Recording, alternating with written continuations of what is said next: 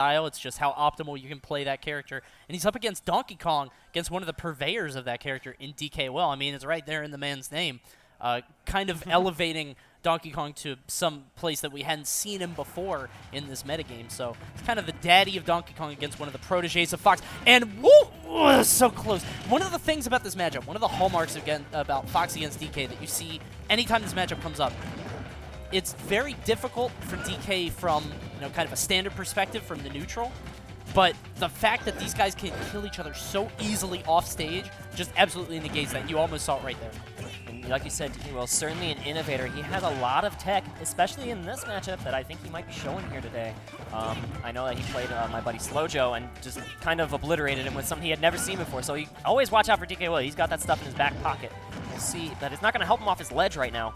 It's so hard to get back on the stage. Like we were talking about before, man, when Larry or any other Fox has you with his back to you right there on the stage, he can get you with any kind of tilt. There's Xzax with that up air, taking out DKwill's first stock. And he keeps using that up B. It seems a little crazy why he keeps using it just kind of out of nowhere. He's using the startup of it because it can kind of knock people out of a combo breaker. So he's trying to stop Xzax from going for any kind of super long string. The other thing that's nice about using that Kong Cyclone is he has a lot of aerial drift afterwards, so he can be kind of unpredictable with his path to the ledge or path to landing lag and make it a little bit harder for Xzax to read the punch. But there's a good trade coming out here for the Donkey Kong. Yeah, he just ran right off and went for that up air, which is deceptively large, the hitbox on that. So awesome stuff to DKwill there. Recognizing that opportunity, and he keeps using the Cyclone, trying to stop Xzax from doing any kind of long combo. They're going to make it back onto the Smashville platform. DKwill's got to get something started here. He's not spent a lot of time in neutral, and this is exactly how Xzax needs to play the matchup. Like, if you give DKwill the time of day, if you let him have any kind of neutral positioning, he's going to just run away with it, but that's not what Xzax has in mind. He's going to clean up that stock with an up smash. That's game one. And match just under 2 minutes there. He got him on the Smashville platform. That slight elevation was enough to lead to the kill. I think if he up smashed him actually on the platform itself or on the main stage, it wouldn't have done anything, but DKwill now down 1 game to Xzax in this Fox versus Donkey Kong set. And like we were saying, the volatility of this matchup means this can go either way at any time, so we'll have to see how game 2 goes. Yeah, DKwill almost took that first stock in the first 10 seconds of the match in game 1. Yeah. So Xzax needs to be very careful about how he recovers off stage versus his Donkey Kong. You gotta imagine he's kind of kicking himself after that, unfortunately. Just barely misspacing. Good stuff right there on the tech from DKwill, showing his proficiency in this matchup. He knows what's up. Use that Kong Cyclone again to break out and find his way to the ledge very safely. And now this is DKwill's time to shine. Back air. Doesn't really have anything. There we go. That's what he's going to do. I was going to say, from that position after the first back air, he didn't really have anything. Maybe Xzax would attack, but he got just the perfect position to be able to get that down air after a few more hits. So good stuff to DKwill, recognizing that opportunity there once more. Yeah, that Kong Cyclone, after that followed up the back air, that kind of just knocked Xzax straight down, forcing him into another Firefox situation. And that's not where you want to be, because you're going to eat that Donkey Kong foot straight into every time. Now it's Xzax's turn to do exactly the same, just kind of run away with the matchup when it's on that ledge. Whoa! That 9-1 punch, almost enough.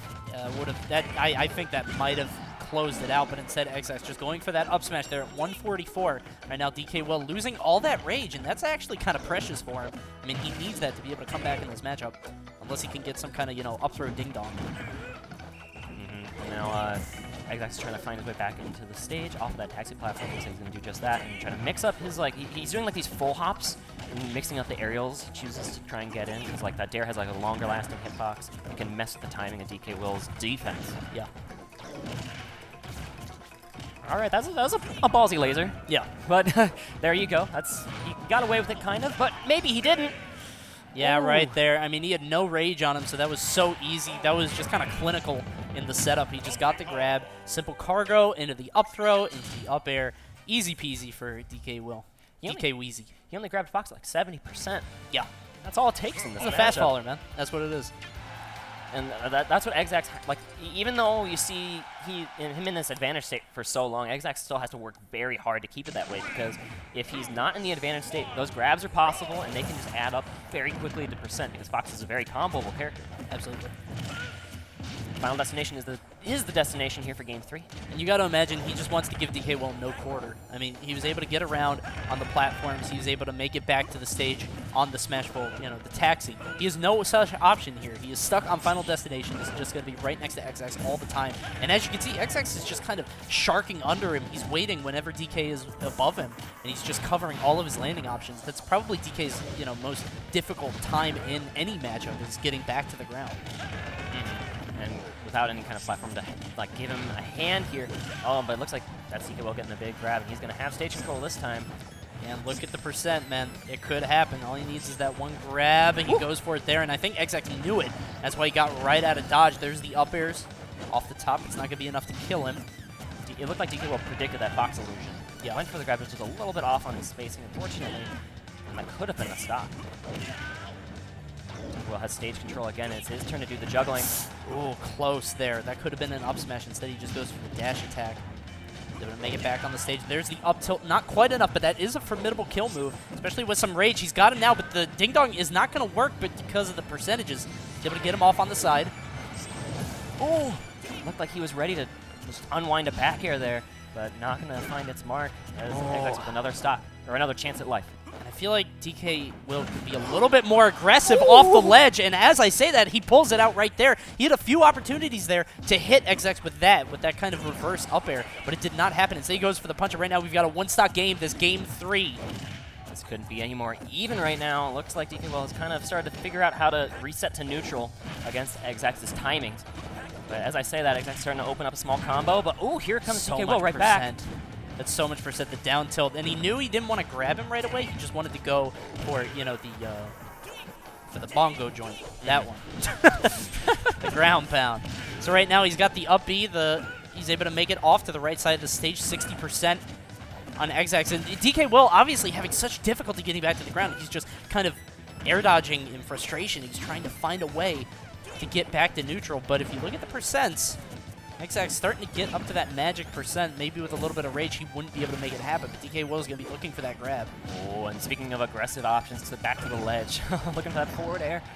And oh, the up air from Xzax not going to be enough. The second one, though, the chase continues, and that is the stock. He has nowhere to go. I mean, that's kind of the DKwill special. Nothing I could do. But, I mean, he had nowhere to run. He couldn't land anywhere. Xzax was all over him. Fox's speed lets him do that. Just kind of cover all of your landing options. So, unfortunately, DKwill going to head over to the loser's bracket. That was their pool quarterfinals. So, Xzax has a few more matches to win to get into the winners finals. But good stuff to him. He will be moving on. Yeah, Xzax is a very strong player. Maybe a little bit slept on nowadays.